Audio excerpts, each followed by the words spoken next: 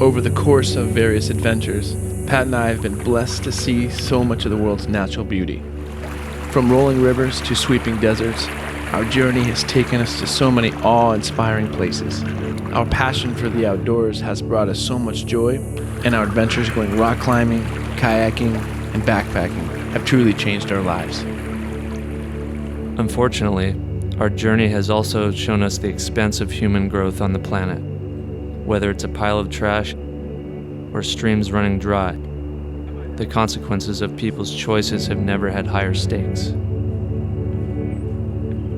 With us running a brewery and a restaurant, we had significant hurdles to overcome before we could run our business in line with one of our key values, conservation. But through our connections and partnerships across the great state of Arizona, we are now able to bring our efforts together under one single mentality.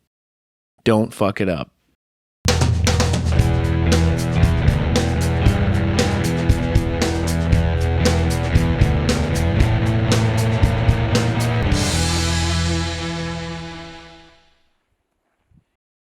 I'm holding in my hand a can of Don't Fuck It Up, which on every label has Sinagua malt. We've partnered with Sinagua Malt to work with farmers in the Verde Valley so they can grow malted barley for our beer instead of things like cotton, alfalfa, and corn, which greatly reduces the use of water. I'm Kim Shonick with the Nature Conservancy in Arizona. I'm our Verde River project manager.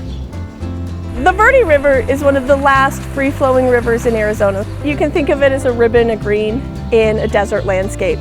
94 species of mammals and birds rely on the river to create their life cycle. So this is a critical water supply, not just for people, but for the animals who live in our watershed. There's otters and there's beavers, and nature can just thrive and be nature, and that's really critically important.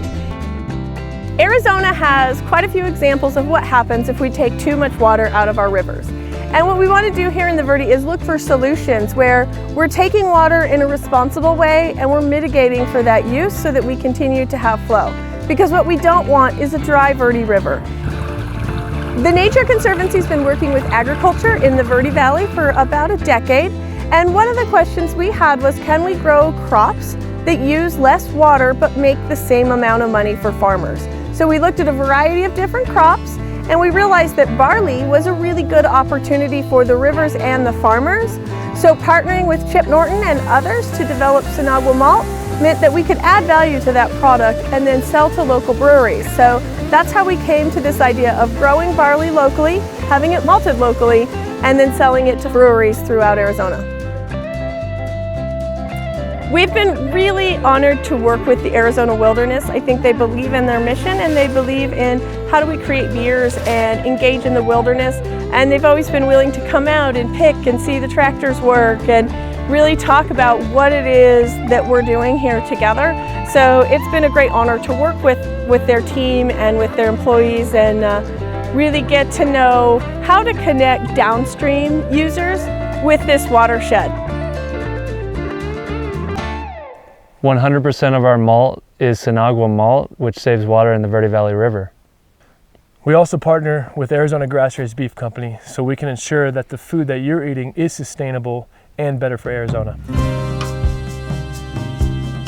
Hi there, my name's Deborah Burnett. I'm one of the owners of Arizona Grassroots Beef. We are here on one of our ranches. This is Turkey Creek Ranch. The way it's special is that the land provides all of the feed for our animals. So we have cowboys that are on horseback taking care of our animals, making sure that they're getting to the right parts of the ranch at the right time. They're at the right place where water is available to them. We never send our cattle to a feedlot. They spend their whole life on a ranch. So these cattle are spending their lives the way we think that they are intended to.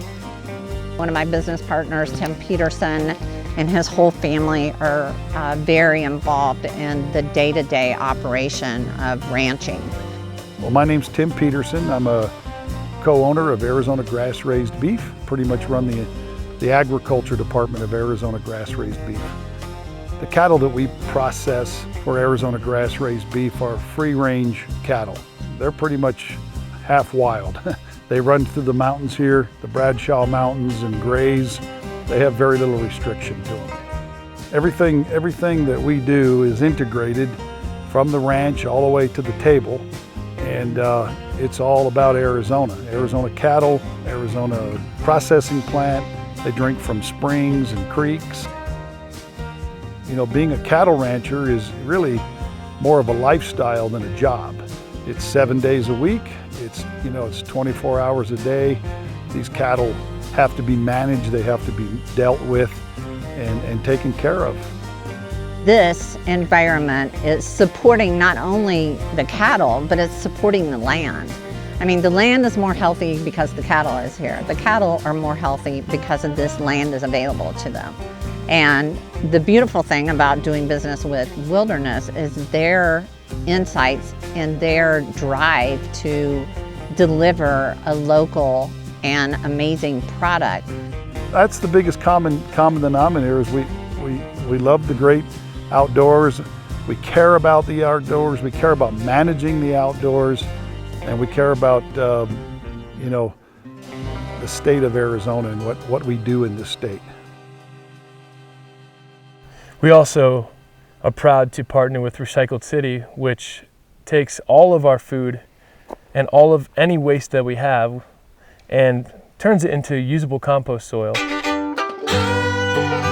My name's JD Hill. I'm the owner of Recycled City.